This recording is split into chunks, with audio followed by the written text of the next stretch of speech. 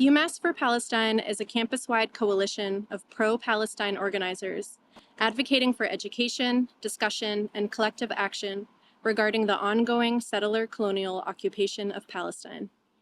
In response to the urgent call to form USA-CBI to establish cross-organizational movements for a liberated Palestine, we at UMass Amherst come together as students, staff, and faculty, and members of the Pioneer Valley community to organize for Palestinian liberation and self-determination, and to protect those who are facing persecution for their advocacy.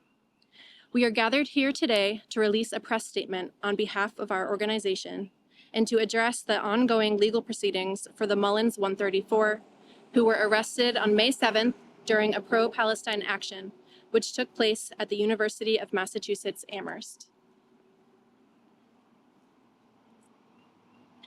285 days. July 17th, 2024 marks 285 days since Israel began its brutal military attack and genocidal campaign on Gaza and the Palestinian people. In the days since, Israel has killed 38,664 people and wounded 89,097. But these numbers only count identified individuals. Thousands more are unaccounted for due to the fact that Israel is bombing entire cities out of existence. Including deaths from starvation and disease, British medical journal The Lancet conservatively estimates a death toll of 186,000, around 8% of Gaza's population. As we speak, the number of martyrs continues to grow. We, students and employees of the university, are especially cognizant of the fact that there are no more universities left in Gaza. We are here today in front of the Eastern Hampshire District Courthouse because a brave group of people refused to stand idly by as institutions in the U.S., including UMass Amherst, participate in and actively support the ongoing genocide in Palestine. On May 7th, 2024, after the administration ignored months of marches, petitions, and an occupation of the Whitmore administration building, a coalition of students, staff, faculty, and community members came together to occupy the south lawn of the UMass Amherst campus. This coalition set up and participated in a community-oriented encampment site known as the Popular University for Gaza. Chancellor Reyes subsequently authorized local and state police forces to violently interrupt and forcibly shut down the encampment site in an effort to protect the campus community. UMass Police, Amherst Police, and Special Emergency Response Team forces forcefully surrounded and later arrested rally participants and observers. Police tackled protesters as well as arrested them using violent methods, including aggressive use of zip tie and restraints causing injuries. Authorities then shuttled arrestees to the UMass Police Department, as well as the Mullins Center at UMass, and held them for hours before protesters were eventually released on bail.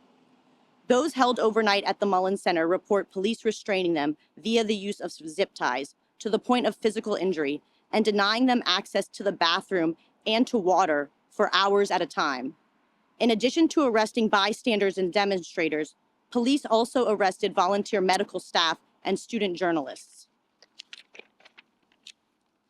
The brutal response to our Popular University for Gaza encampment starkly breaks with precedent from the university administration's response to previous encampments on our campus, such as the 2023 encampment for housing justice that faced no administrative repression, as well as the 2011 Occupy UMass encampment that remained standing for 2 weeks.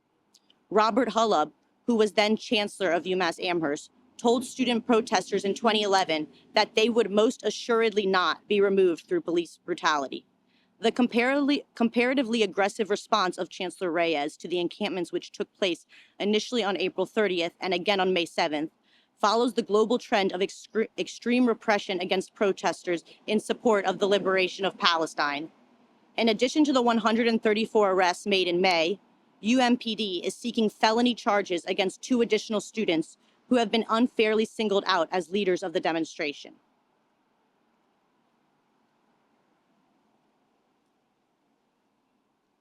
To UMass, we ask, in what universe does arresting your students, staff, and faculty for exercising their right to protest count as keeping our community safe? How does militarized police violence against peaceful demonstrators translate into honoring our collective right to assemble? How does sanctioning students for speaking openly and earnestly about the genocide currently happening in Palestine count as freedom of speech? How does ignoring our demands and striking them off the agenda of the most recent Board of Trustees meeting in June constitute as a genuine consideration of our requests? We are here today because we believe that in order to be a truly revolutionary campus, we must take a stand against imperial Zionist entities and cut ties with genocidal regimes who profit off of war and the annihilation of human lives, in addition to the complete and utter desecration of the environments in which they live. Clearly, the UMass administration has a corrupted understanding of what constitutes safety and protection. This has been confirmed by the 20-plus student organizations and the numerous departments who published statements against the chancellor, rebuking his decision to allow police violence against protesters. Thus, we ask the following question: how could a campus whose slogan is "Be Revolutionary" take such punitive and aggressive action against the very people it claims to protect? In the weeks after the arrests, the Student Government Association, the Graduate Employee Organization, and the Faculty Senate all passed votes of no confidence in Chancellor Reyes. Despite this, the UMass administration has continued to pursue charges and levied disciplinary sanctions against students. The administration's zealous approach towards punishing students, faculty, and staff who were and continue to speak out against the genocide in Palestine is part of a larger McCarthyist campaign to suppress dissent across university campuses in the U.S. UMass Amherst's continued repressive tactics are an attempt to intimidate us into inaction while a violent settler colonial occupation and genocide is underway. The UMass administration wants us to believe that aligning ourselves with Palestinian resistance is equivalent to anti-Semitism and discrimination. We disagree with this misrepresentation of our political values, as well as any accusations that the Umass4Palestine movement condones hatred or discrimination against Jewish students or community members. At the same time, we stand in solidarity with Palestinian resistance leaders and pro-Palestinian advocates who continue to face injustice and repression for taking the mask off an empire that materially benefits from the death and subjugation of an entire population. The shoestring revealed that the foundation that manages the endowment of UMass Amherst has tens of millions of dollars in direct investments with war profiteers and Israeli banks that directly finance the illegal settlement expansion in the occupied West Bank. This type of corruption is exactly what the UMass protesters have been attempting to shed light on over the past year. As mentioned earlier, during the bad faith negotiations between Chancellor Reyes, the administration, and coalition representatives on May 7th, the administration publicly promised to bring the activist proposal for divestment to the University Board of Trustees. However, at the Board Trustees meeting on June 7th, the proposal was absent from the agenda. In response, the undergraduate student representative resigned in solidarity with the Umass4Palestine coalition. The UMass campus community and the greater Pioneer Valley deserve to know the truth. By refusing to address our demands during this Board of Trustees meeting, UMass failed to uphold its word. This action proves a critical point. The administration is not interested in upholding its promises it made to organizers or engaging in any meaningful dialogue with representatives advocating on behalf of boycotts, divestment, and sanctions. Instead, it wants to focus solely on the creation of a campus demonstration policy task force whose job is to review demonstration policies and make recommendations. This movement has exposed glaring issues with regards to the administration's unequal application of the aforementioned campus policies. It remains unclear what is being done to address the long-standing demands made by organizers.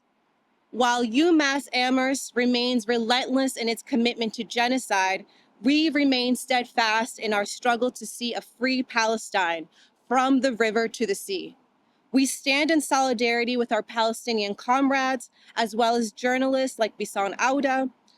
Amidst the airstrikes and the horrors of displacement, she's had the tenacity to send a message with words of encouragement and solidarity to protesters defending the popular university for Gaza on the South Lawn. It is for her and for Palestinians facing a violent occupation that we continue to resist until our university accepts our demands. We want to reiterate that the fight for Palestinian liberation is not over. We, the Umass4Palestine Coalition, will continue to protest on behalf of Palestinian martyrs and survivors whose voices Israel, with the with aid from the United States, continues to silence. Out of solidarity, the Umass4Palestine Coalition decided in May to donate our remaining funds from our initial fundraiser to those families suffering on the ground in Palestine. We are proud to share that thanks to the generous donations from our community, thousands of dollars have been sent to families throughout Gaza. But UMass continues to intensify its repression and has pursued federal felony charges against 2 additional students who have been unfairly singled out as leaders of the demonstration. This is a classic form of repression, and it is right out of the playbook of states and universities trying to crack down on dissent.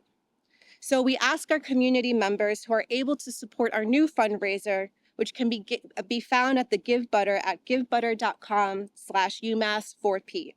And if you want to have the link for our legal defense fundraiser sent to your phone, you can text UMass4P to the number 53555. Disclose, divest, we will not stop, we will not rest. Disclose, divest, we will not stop, we will not rest. Disclose, divest, we will not stop, we will not rest. Divest. We will not rest. Free Palestine and long live the student intifada.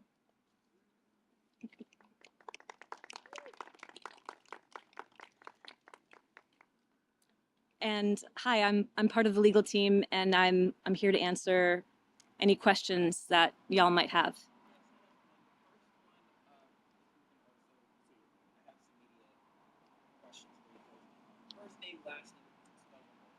Sure. My name is Rachel Weber, RachelWeber. I'm a criminal defense attorney, and I've had the honor to represent the UMass protesters both in October 25th when they did a sit-in in the hallway in front of Chancellor Reyes's office in order to demand that the university divest from war profiteers who are benefiting from the genocide in Gaza, and also to represent the over 130 people who were arrested on May 7th who were engaged in an hours and days long peaceful protest that involved hundreds and hundreds of students, faculty, staff, community members. There was singing, there was dancing, there were children, and then suddenly after a bad faith negotiation initiated by the administration, which started around 4:30 p.m.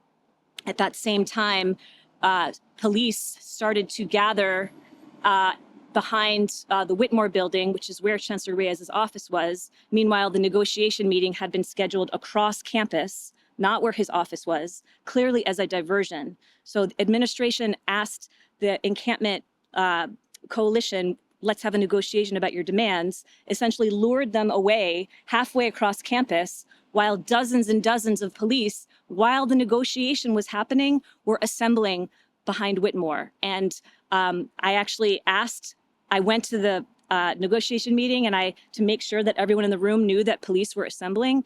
And Chancellor Reyes looked at me, not surprised, and he said, "Don't worry, they won't intervene." And then I went to the police officer who was making decisions on the ground that day, Deputy Chief DeWitt, and I said, "Do you know there's an active negotiation happening right now? Like, why are you here?" And he said, "Well, if the students make the right decision and take down these structures, then we won't intervene." And yet, despite this sort of, Orwellian, we won't intervene line, over 117 police vehicles, including police cars, transportation wagons, they commandeered a PVTA bus, held hundreds of students and community members and faculty in the UMPD police station and in the Mullen Center. Some people were held for up to 10 hours while having their hands zip tied behind their back. Now, that's intervening, wouldn't you agree? I mean, the police are who brought the violence. The police are who brought the disruption. And it's the university and Chancellor Reyes who called them in, who invited them in to bring that violence to our campus and to this, beautiful, beautiful demonstration that had been happening all day for hours.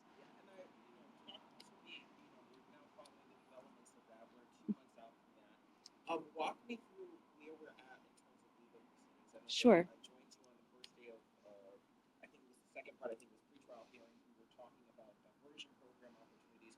What does that look like? Sure. Well, I do want to say, though, that the bad faith negotiations by the university are still very much in play today, because what anyone who's a student, either an undergrad or a grad student, or even a faculty member at UMass have been dealing with is they've been dealing with two parallel processes. One is dealing with the stress of being arrested, being hurt by the police, having to come to court and the stressors of that and being charged. And the other is disciplinary proceedings by the university.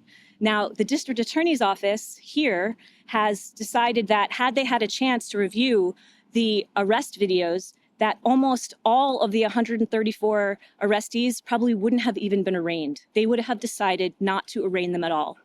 Meanwhile, after months of bad faith negotiations with student leaders, the UMass administration is the one who, despite making public promises about working with coalition leaders, despite about making promises to students that they wouldn't face disciplinary proceedings or that they wouldn't get arrested or that their demands would be heard at the board meeting, every promise that admin has made, they have broken. So while at the same time, these students and these faculty and these these community members are dealing with the stress and the trauma of arrest and going to court, they're also having to deal with punitive disciplinary measures from the school. And that is entirely within the purview of the chancellor's office. I mean, tomorrow, that office could decide to just drop all the disciplinary proceedings against these students. And we've brought up to them multiple times that these students, both on October 25th and for May 7th, are being treated much more harshly than students in the past, than the 2023 housing occupation that happened on campus with no administrative repercussions, than the 2016 divesting from fossil fuels students who did a sit-in at exactly the same place that the October 25th students did. And while they were arrested, they faced no administrative repercussions again. So while they had to come to court, they did not have to deal with the threat of academic probation that interrupts with traveling abroad. It can interrupt with certain jobs on campus. It can interrupt with housing. It's also just incredibly stressful to know that while the DA is saying most of you wouldn't have been arraigned, the university, your university, imagine this, if your university was saying, I don't care what the DA says. I don't care if the DA wants to drop your case. We are going to continue with these disciplinary proceedings against you, even if it results in, sanctions, including probation or suspension or even expulsion for some of these students. So the fact that the district attorney's office is having a much more, sort of clear-eyed take on what actually happened that night, where it's a reflection of the overuse of the riot police and the overcharging of these students, the university is just holding strong in its determination to punish these students for organizing for Palestine. And it's unacceptable. Can you elaborate why you see the university's negotiations as in that way? Sure. So back in October, prior to the October 25th sit-in, student organizers had met with Chancellor Reyes and other folks from his office, and essentially were told that they wouldn't face disciplinary sanctions if they participated in the sit-in. Well, that turned out not to be true. And then on May 7th, around 3 o'clock, the administration told the folks who were at the encampment, hey, we want to have a negotiation. Let's talk about your demands. So that meeting started at about 4:30 p.m. At the same time the meeting started, riot police were assembling on a different part of campus. So how is that a good faith negotiation if while you're talking to undergrad students, grad students, faculty who, they think of the university as their home, right? I mean, how is that a good faith negotiation if there are riot police assembling by the dozens, unknown to you, while there's this quote unquote negotiation happening? I mean, it wasn't really ever going to be a negotiation. they had the police lined up, and I asked the officer, I said, so let me get this straight. You're waiting for a signal from admin, and if the students don't agree to what admin wants, you're going to raid the encampment? And he said, yes. So that's not a negotiation. That's a heavy-handed, out of balance, you know, abusing your power dynamic, your more powerful position, and it's a setup because the organizers of the encampment thought they were walking into negotiation. They didn't know that they were walking into essentially what amounted to a trap. I'm curious, specifically, how many students are you specifically working with, and out of the people that you're working with, are any of them people who were arrested during the protests who aren't students at UMass? Sure. So there's a group of us who are working together to represent the all but two of the arrestees from May 7th. So it's about 132 people, and about, I'd have to look at the numbers, but around 80 or 85 of them are students or undergrads or grad students or incoming students at UMass. And then other folks are students from Smith, students from other five colleges, and also community members who came in support, and also UMass alums who came, as well as faculty, as well as student journalists were arrested. Yeah, so it's a varied group of folks who were arrested, but yeah, I'd say about 80 to 85 students.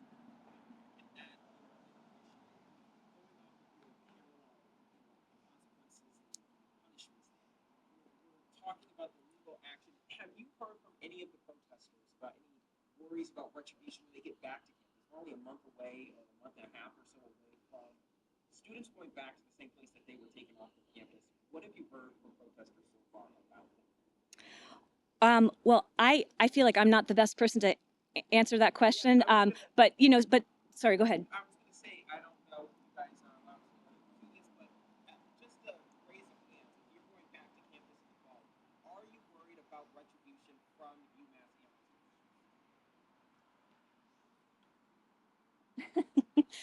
I mean, I think part of why it's difficult to answer that question is that campus right now, things are pretty chaotic, and we don't know what the fall is going to look like. So the student government, the faculty senate, the faculty as a whole, and the graduate student union all voted no confidence in Chancellor Reyes. This happened right at the end of the semester, and yet he remains in power, and he remains making decisions that affect these people who he invited the riot police to essentially abuse. So, you know, it's unclear what steps are going to be taken in response to the fact that he's still in power.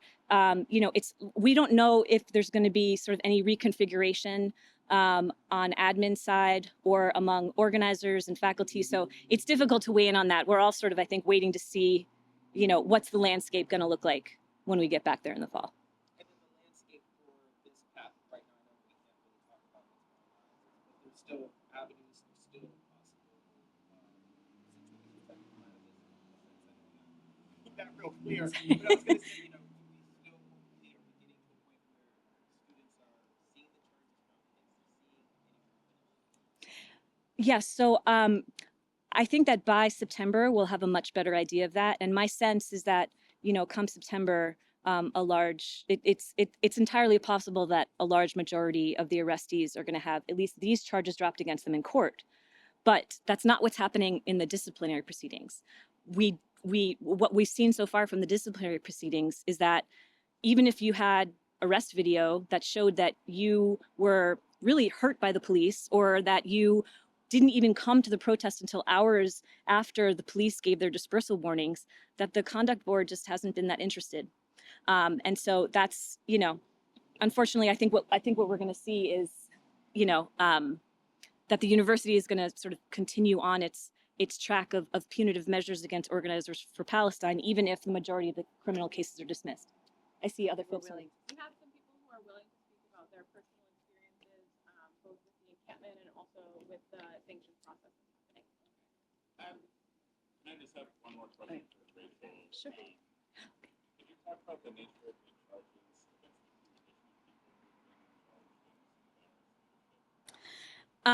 So they actually haven't been charged yet. The UMPD is seeking charges against them, and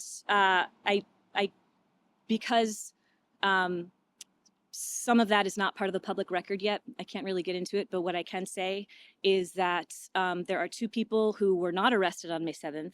They've been really unfairly singled out by the administration, and that both of them, the UMPD is asking for felony charges against them, whereas everyone else arrested on May 7th were only facing misdemeanors. And so it's, you know, it really smacks of this sort of age-old tactic of, you know, isolating people that the authorities decide are the leaders and then singling them out for harsher punishment as a way to chill dissent and as a way to chill organizing on campus. So by the end of the summer, I think we'll have more information about that. Yeah. Hi. Mhm.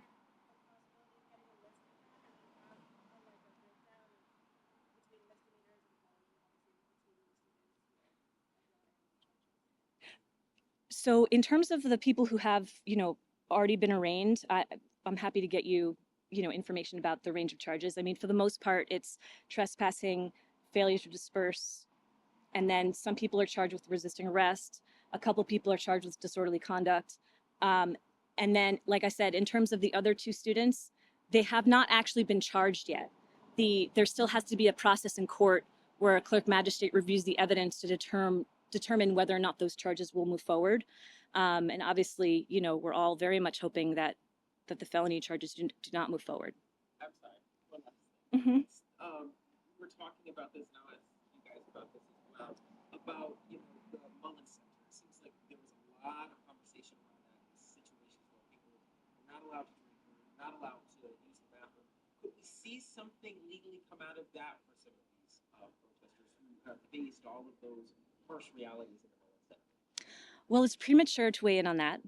But what I will say is that there is already an open federal investigation by the Department of Education into whether or not UMass has discriminated against Arab students, Muslim students, Palestinian students, and their supporters. So a complaint was filed and it was accepted by the Department of Education. And so there's an active current investigation about whether or not UMass has engaged in these discriminatory practices. And so you would, you know, I guess just to say that I would certainly hope that that matters. I would hope that the federal government investigating your campus for whether or not your administration has actively discriminated against Arab students and Muslim students and Palestinians, I would hope that that matters in terms of how the university just makes its decisions from here on out, but we'll see.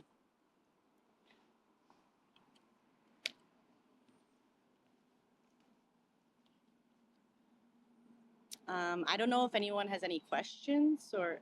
Well, I kind of got that. Talk to me about, were you in the Mullen Center? Were you in that? Talk to me about how you felt. What was going Yeah. through your head and what you saw. I was in the Mullins Center. I was handcuffed behind my back, and we were sitting in the stadium for like many hours.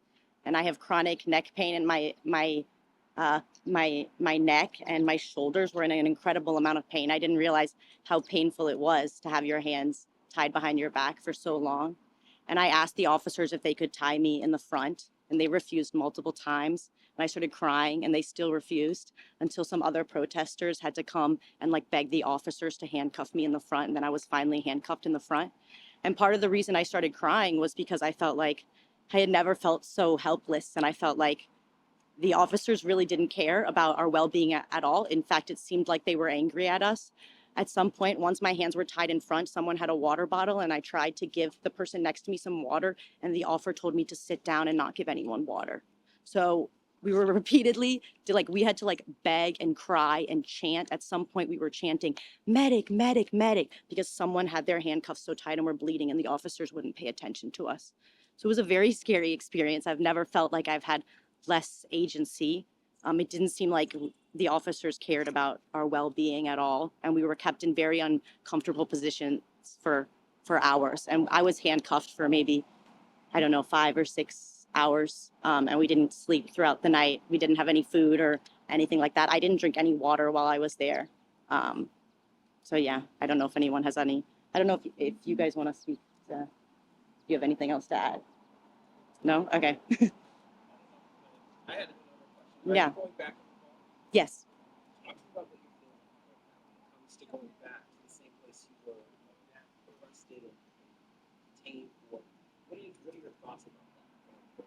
Yeah, I feel very anxious about it, especially I still want to push the university to divest and to push for police off campus.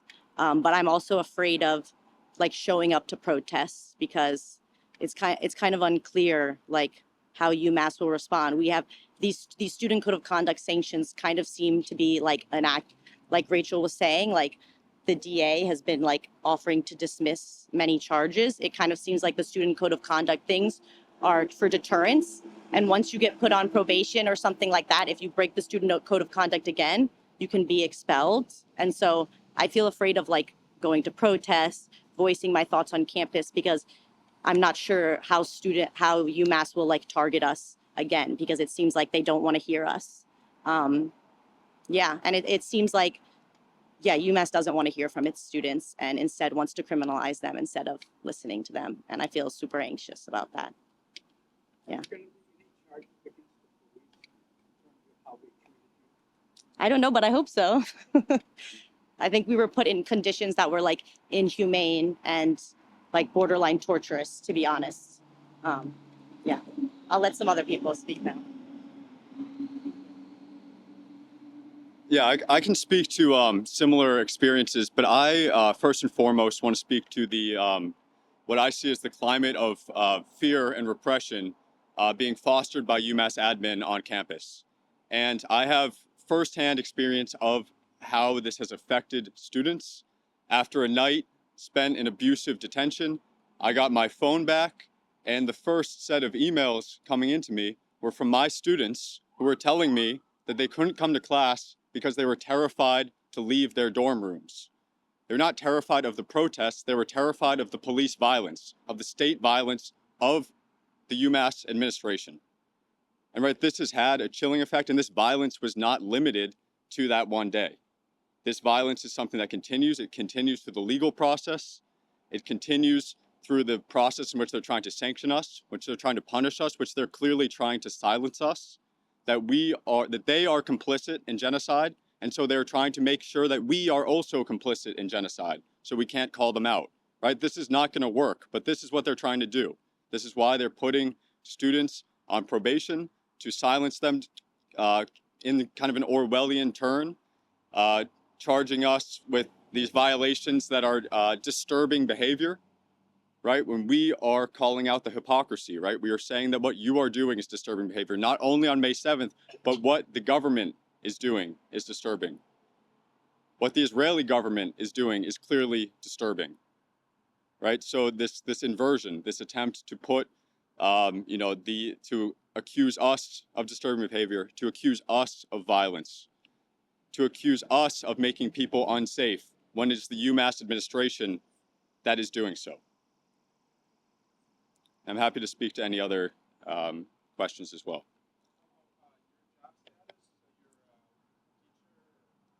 I'm a PhD student in the history department.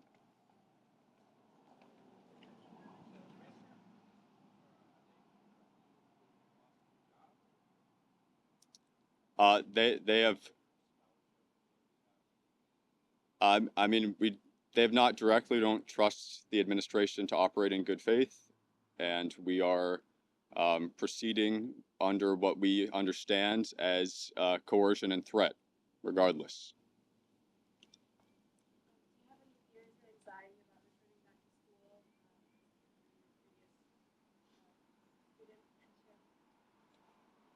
I have a tremendous amount of fear and anxiety, but it's not going to have the effect that the UMass administration thinks it will. I'm fairly confident in that we will not stop until our demands are met.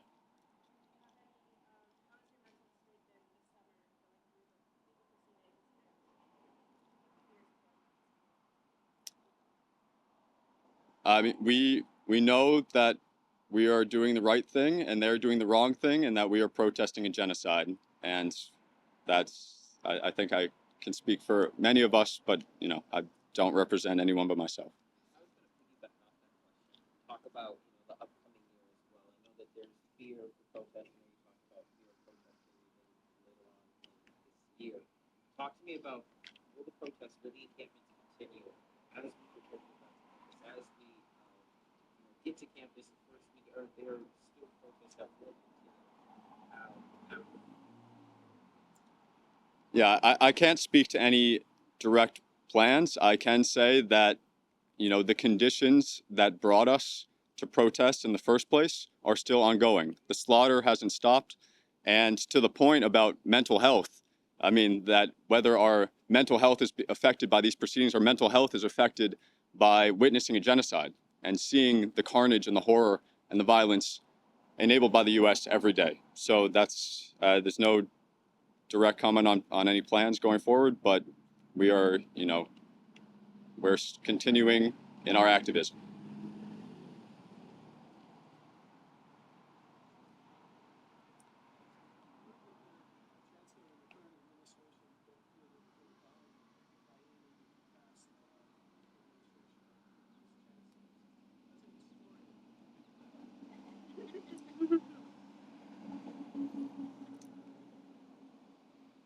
I think that we are, as all of us, as historical actors in this moment, we are making sure that the historical record is correct despite their denials of their responsibility to their students, to academia, to this country, to humanity, and those types of denials and abrogations of those responsibilities will be remembered, and we will remind them of the historical precedent that they're denying.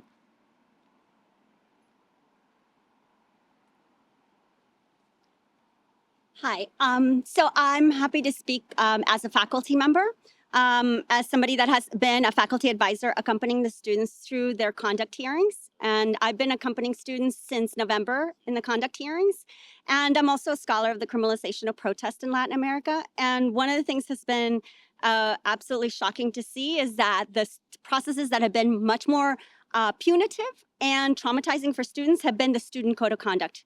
I can't go into the details for not identifying the students, but I can say certainly in terms of things lost, I accompanied one student recently last week, and they are withholding students' degrees, students that have graduated and need those degrees to secure jobs. So that's directly impacting students. I know of a student who also has had, as a student of color, had their diversity fellowship withheld. So they are currently without $5,000, having to work multiple jobs, something that they did not expect. We're looking now at mid-July, and until the code of conduct hearings are cleared, they will not be released. Their money will not be released. It will be money that they were counting on for summer. I've also seen that students are having, particularly the students that had to deal with the Mullen Center. One student was zip-tied and was bleeding, and I saw their scars. And in these conduct hearings, they're having to retell traumatizing things over and over and over, despite us as faculty members saying, look, you need to stop. You're dealing with people that have been traumatized.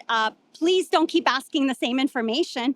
And they just persist and persist, which is really disturbing to see that they're dealing and they're re-victimizing people through these processes. What's also really problematic is what the students are being charged with. The code is poorly written at best, and the charges are things from trespassing property, but also now the new charge is disturbing behavior. It's a policy that groups everything together from arson, so setting fire, stealing, but also failing to leave and vacate a premise when you're being asked. How do you group all of those things together? It seems to defy logic. It's a process that seems to be subpar even compared to the legal process in terms of its of these policies. And the students that are being traumatized are then being charged with them being culpable of disturbing the police officers. So no irony is left on that, but it also deeply affects the students that are being charged with being disturbing behavior. So. Mm-hmm. But it seemed like everything stalled at UMass after that explosive faculty. Mhm. where the faculty came and the administrators came down and talked about it and got to really good resolution. Talk to me from your end as a faculty member. What do you expect the relationship between administrators and faculty will be? That's a really good question because I'm really anxious as a faculty member.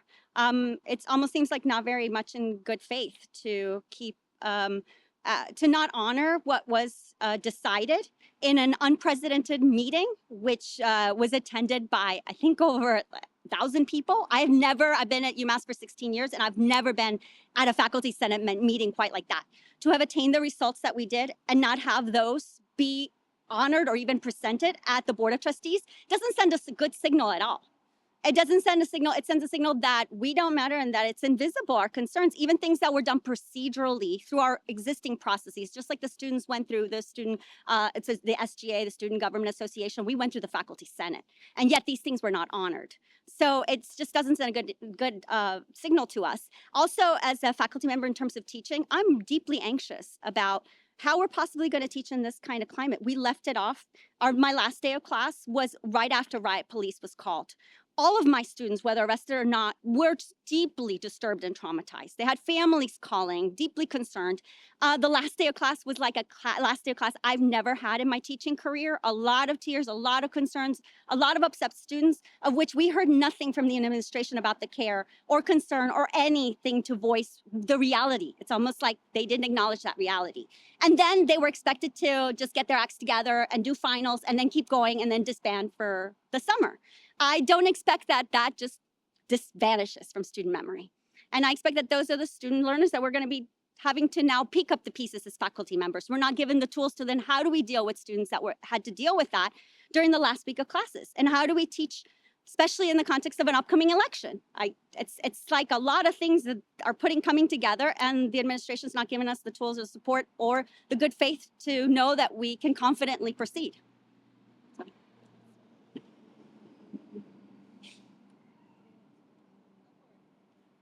I just wanted to add one more thing.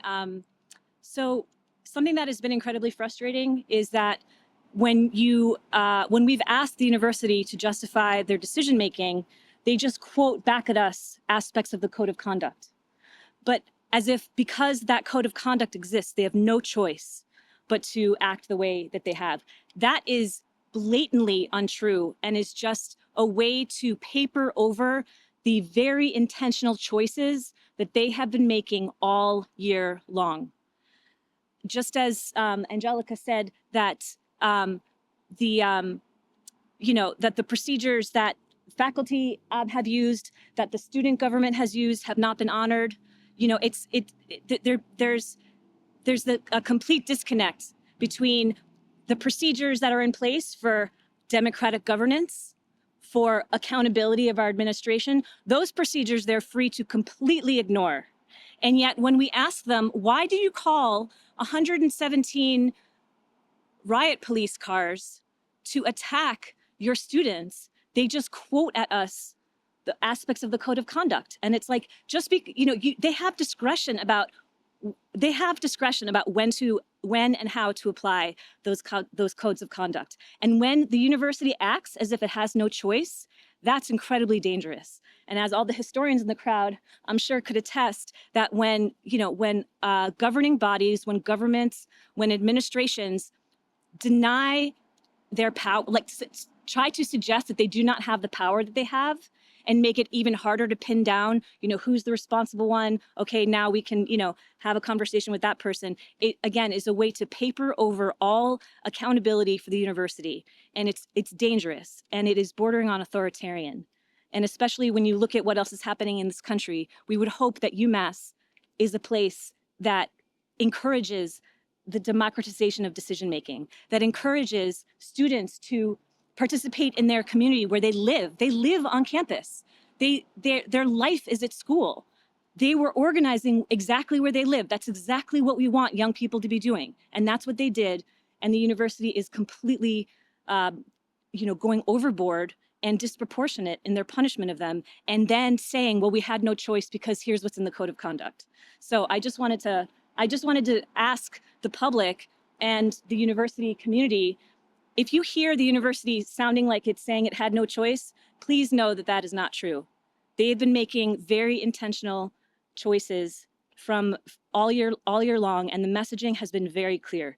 If you are standing up for Palestine, if you are challenging the university on it, the way that it benefits from the war profiteers committing genocide in Palestine, you will be punished.